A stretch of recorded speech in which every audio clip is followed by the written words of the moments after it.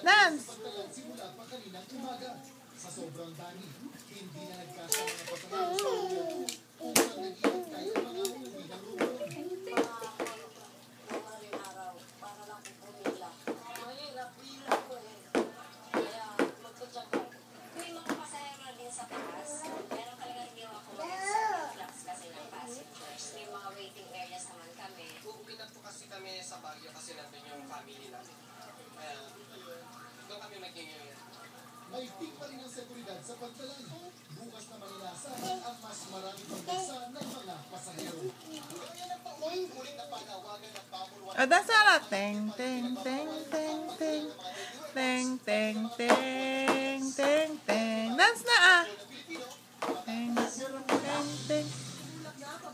Teng, teng, teng, teng, teng. Teng, teng, teng.